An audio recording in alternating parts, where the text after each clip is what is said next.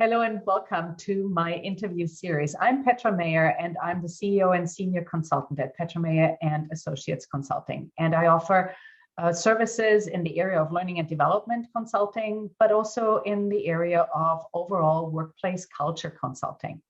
And today I'm thrilled to have with me Nancy Fonseca. She is the Senior Vice President of Client Services with Great Place to Work. Welcome, Nancy. Thank you for having me. It's wonderful to join you, Petra. Nancy, as Senior Vice President at Great Place to Work, how would you describe what Great Place to Work offers to companies? Great.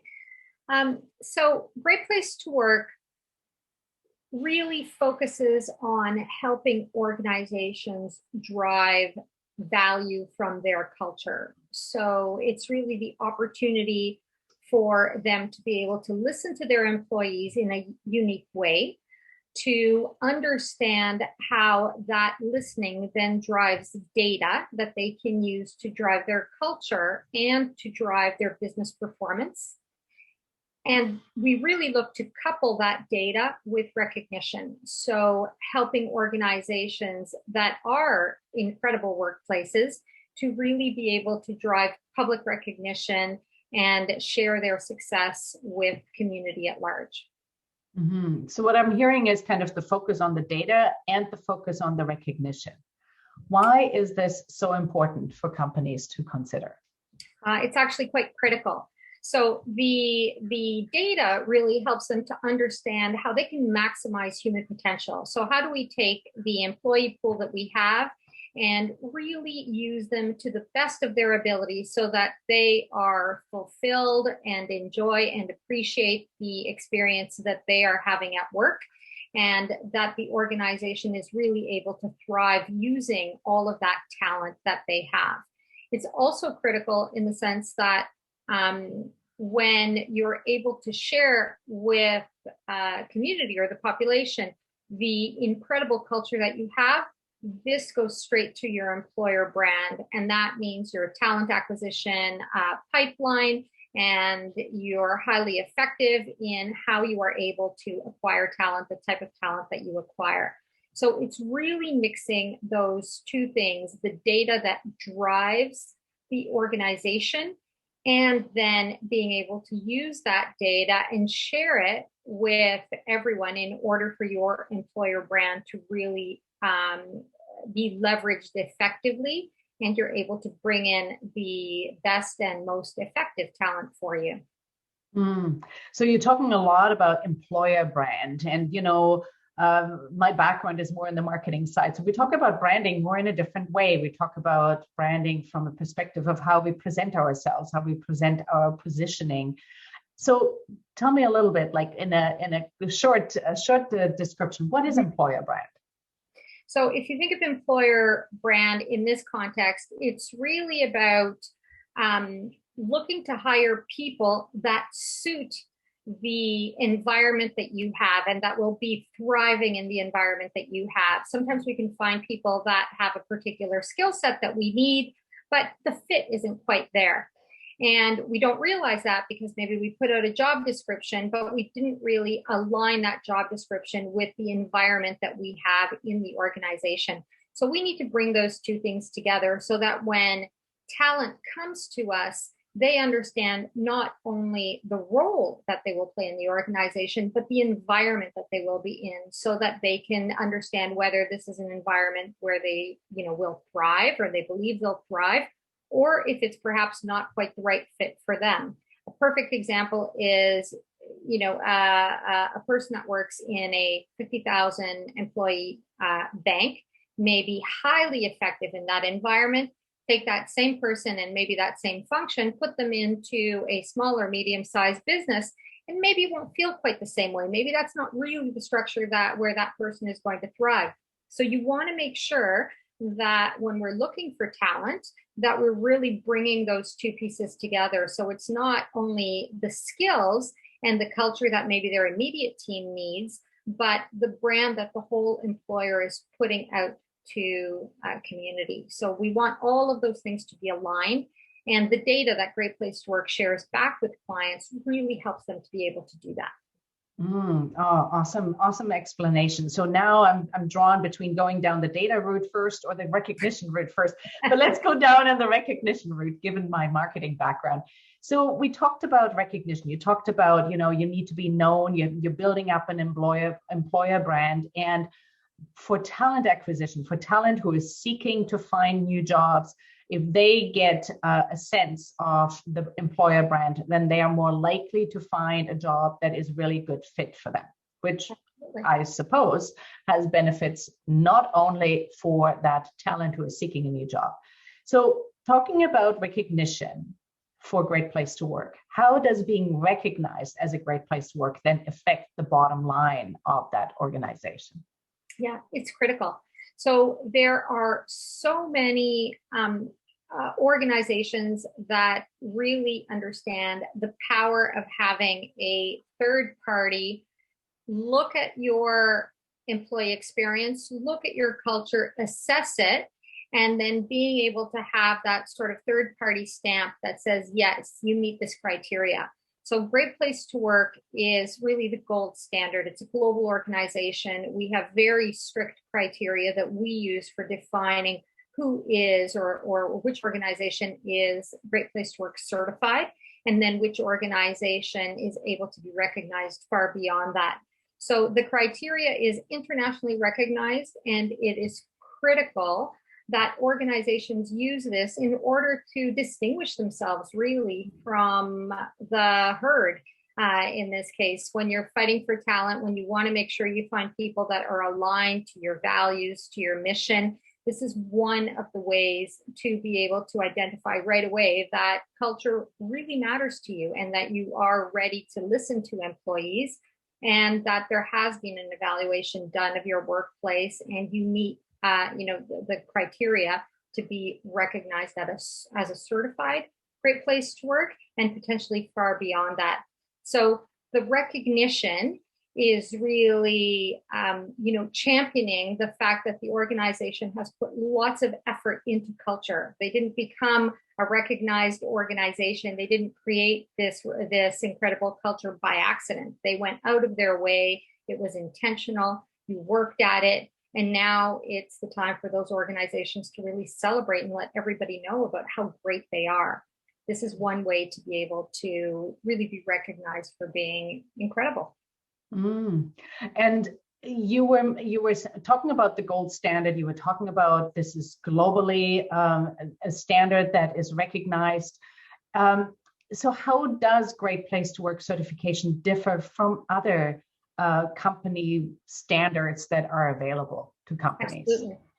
Yeah. So our focus is squarely on the employee experience. And we focus on the employee experience specifically because that is really what is going to drive effectiveness for the organization. So if your employees love what they do, they're going to do it better. You get more productivity, you get higher business results, you get better returns. There's lots of studies that we have and that have been done by many to really make this connection between the employee experience and business success. So when we look at this, our focus is always about understanding what that employee experience is, so that we are then able to help an organization move forward. So there's always challenges. No organization is perfect. And, we're all humans. So people are always changing their needs, the requirements they have. So we work with organizations to help them to understand where are they starting and how can they get better? How can they most effectively move forward? Mm-hmm. I don't know if I answered your question there. So yeah, I think you did, and I know that there's many other type of certifications or awards that organizations can obtain that recognize them as an employer that stands out from the crowd. But how would you say does the certification as a Great Place to Work differ from those? Yeah, so this is a little bit different because of that focus on employees, and I wasn't perhaps as clear as I needed to be there. So we use employee surveys. It's a standard survey. It's called the Trust Index. We measure the levels of trust in an organization trust between employees and management, for example. And that is the standard that we use. So it's employees that define whether the culture is successful or not. It's employees that really identify the experience that they're having. There are, different ways that you can be recognized. Sure, there's other organizations that, do it differently. There's a few organizations out there that, have questionnaires that go to management, and management defines whether or not they are, a great culture. In our case, we really believe that employees are the engine of all organizations. And so it's to the employees that we go. We want it to really be that perspective that it's not just a great place to work for management or for, human resources or for a specific department, but it's a great place to work for everyone in the organization. And so that's what we look at. We use data. No one is selected to be a certified organization. It is data that really makes you a certified organization. The process is completely transparent, exactly for that reason, because we are the gold standard and we maintain that at an international level. Mm-hmm. So the trust index that you mentioned is core to everything that Great Place to Work does. Talk a little bit more about trust and the importance of trust in an organization. Yeah, and this is a question that we get a lot. What do you mean by trust? Is it an engagement survey? Is that what you do? So we have lots of folks that question this, because it is a concept that sometimes is a little bit difficult to grasp, and we understand that. Trust is one of those things that you pay no attention to it. It's a bit like, air. You pay no attention to it until it's not there. And then you realize, oh, how critical it is. So what we measure is level of trust in the organization. Trust is foundational to all relationships, sort of in life. But in the workplace, it's really foundational for a whole host of other things that we really generally want to see out of employees. So we say we want engaged employees. You can't have engaged employees if you don't have, high levels of trust. We want innovation. Organizations need to have very high levels of trust in order to innovate, because that means risk, and it means people need to trust you if they're willing to risk maybe their job or a position in the organization. So for innovation, agility, people being able to follow leaders and believe in what the leaders are saying is just so critical for organizations to be effective and successful, especially at the pace and the speed at which we're moving now. So we measure trust, say 60 statement survey. That survey has within it a variety of indexes. So within the trust index, we look at, as I said, innovation, engagement, agility, and so forth. There's a few others. And so it really allows us to have a deep and profound understanding of the experience employees are having and where we can find opportunities for tweaking our approach to the employee experience, which will drive exponential results for the organization. Awesome. Really, really good question, or good answer of how you're defining how that trust that we are, I like how you compared that to air. If you don't have it, it's missing, and it impacts you big. But how that relates back to that trust between people, how it relates back to the bottom line of the organization. Now, is this just the trust of the employee to their manager, or what other trust levels do you measure? So that's interesting. So absolutely, the most critical relationship in any sort of work environment is the employee and their direct manager. And we've all heard the stories about how, you don't leave a job, you leave the manager. That relationship is absolutely critical. If your manager is a challenge to work with, where things aren't going well, it really does make everything else that much harder. However, it's by no means the only relationship in a workplace. As we all know, we have colleagues that we work with. So when we look at the trust index, we actually break it down into what we call 5 dimensions. And that really encapsulates the full sort of fulsome perspective of the workplace and the relationship that an individual has with the workplace. So we look at credibility, respect, and fairness.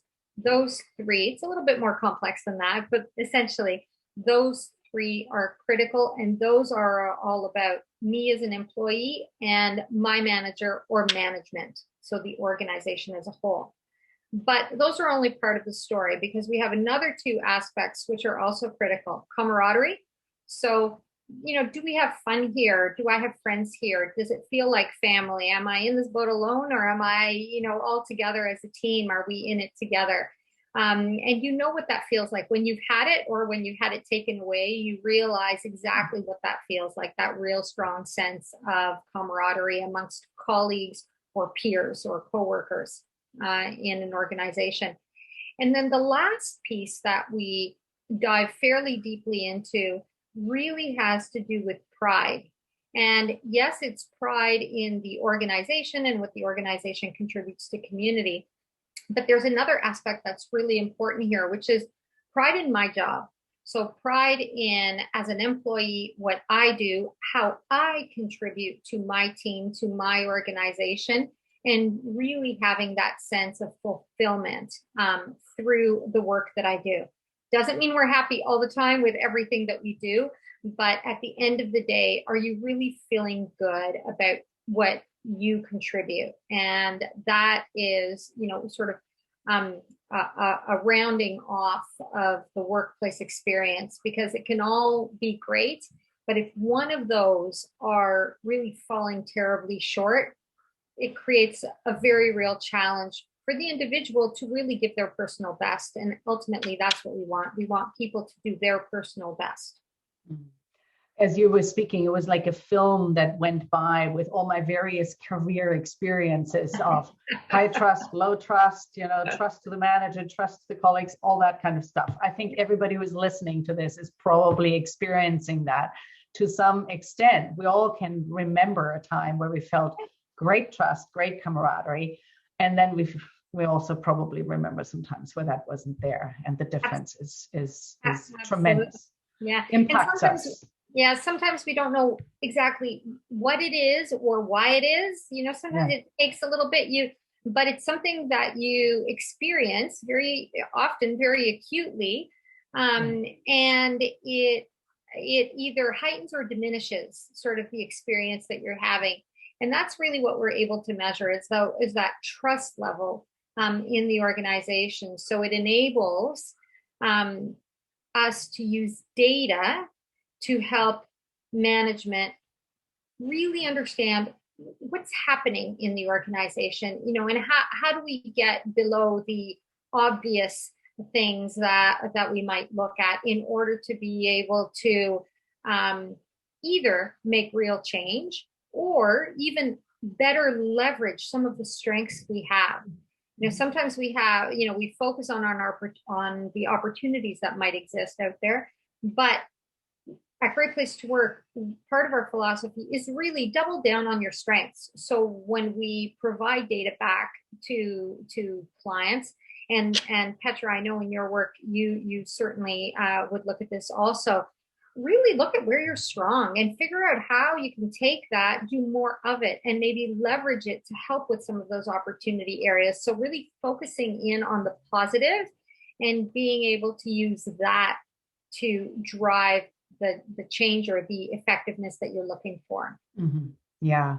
And I think that the Great Place to Work Trust Index also adds benchmarking to the results that you're delivering. So tell me more about benchmarking and how that serves the client in making those decisions about the next steps. Yeah. So we do provide benchmarking. We can benchmark against, the best workplaces in Canada. We have global benchmarks. We have industry-specific benchmarks. So there's lots of variety. It really depends on, what an organization is looking for. And I love the use of benchmarks, but I am also cautious with the use of benchmarks. I think often we need to think what I need to do is benchmark against myself, sort of where was I last year? Where am I today? And where do I want to be next year? And then put some pieces in place to be able to do that. Where the benchmarking is really effective is to understand that perspective of, I think we're great, but are we really? Are there other organizations that are doing more, doing different? Is there something else happening? And so it's nice to understand what's happening in the market in order for us to understand, maybe even some of the challenges we have can be overcome. Other people have gotten better at this particular aspect of their culture. Maybe we need to learn from those folks. And so if you have some benchmarking, you're able to understand where others are always also struggling, or where others have seen success, and where you might be able to find opportunities for improvement. So the benchmarking is important to help set some context. So that helps a lot. And also I like the idea of not only benchmarking against others, but benchmarking against where was I and how am I moving? Where am I moving to, so that we can then course correct if things didn't have the results that we wanted, or we can accelerate where it really works. So that's really helpful. And data can be so helpful to direct that path that companies take and the action that they want to plan. Now, I know that you have many, many more things in your repository of tools that you provide to your clients, one of them being the global best practices. Can you tell us a little bit more about that? Yeah. So we have thousands of best practices, and it is a tool that, it's a searchable database. And it's interesting because it really helps organizations to think differently sometimes about the areas that they're looking to develop in. So if an organization is looking to find innovative ways of communicating with employees, there's all the usual tools that we've had. Certainly last year, lots of people got innovative about what tools they were using for communication. But sometimes we get into a little bit of a rut. So how do we do things differently? This database of best practices helps you to think outside the box. So what are other organizations doing? How are they doing it? What is it that they're doing that's different from what we're doing? And so you're able to use, the search to be able to find practices across hundreds of different aspects of business. I happen to use communication because I know that there's lots of best practices related to communication, but there's many, many other things. One of them that comes up often and that we see, and I think is really interesting, are best practices related to recognition. So we have very large organizations, and we have some very small organizations, right down to 10 employees. And what we identify is they learn from each other so effectively. So the big organizations want to know what the smaller organizations, maybe more entrepreneurial organizations with small budgets are doing to recognize employees, because they want to be able to leverage that. They might be big, but they also have thousands of people to recognize. And so, the budget isn't always there to do, big grand things. So we find that small organizations are also often learning from the large in exactly the same way. Well, if a big bank can do this, maybe I can do my version of the same type of thing. And so these are all inspirational to really help you with thought starters about what are others doing? How do I take that? Don't cut and paste the idea, but really make it my own and find a new way of interpreting it that makes sense for me. And that's really speaks to, now you've got the data, and data is only as good as what you make with it. And so you turn this into your action planning. And I think that one way to do that is really involving employees into those solutions and how you're delivering solutions. How does, from your experience with the clients that you've seen implement their action plans, how does involving employees in the solution impact the outcome of it? It's absolutely critical. There is no question about it. So yes, we provide data. Yes, we provide lots of depth of understanding on a macro level, what might be happening with the employee experience. However, once management starts thinking about what are we actually going to execute on, what are we going to do, we need to pull in employee voices.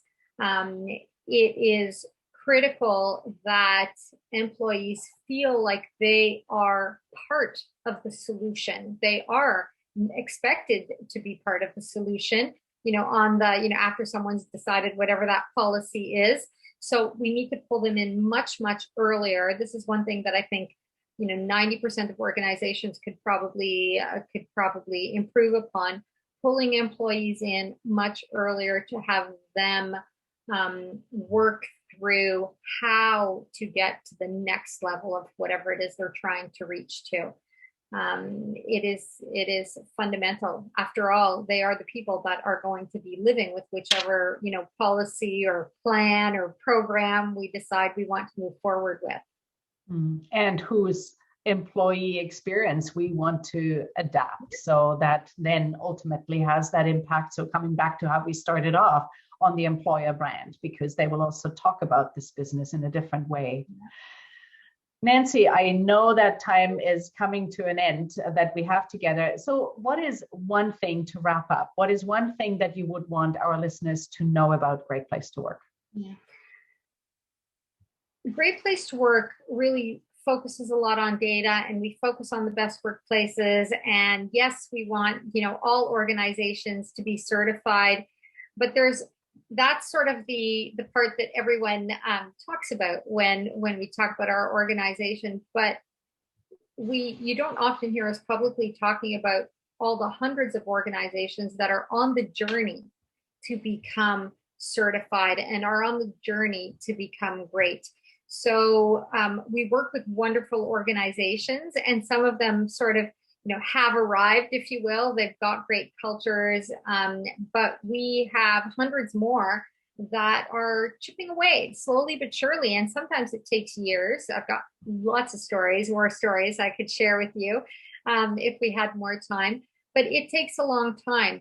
However, it does make a difference. And so I guess that's the one piece I would leave. It's that this is a journey. It's not, you flip the switch and all of a sudden we're a great culture, or all of a sudden we're certified, or all of a sudden anything.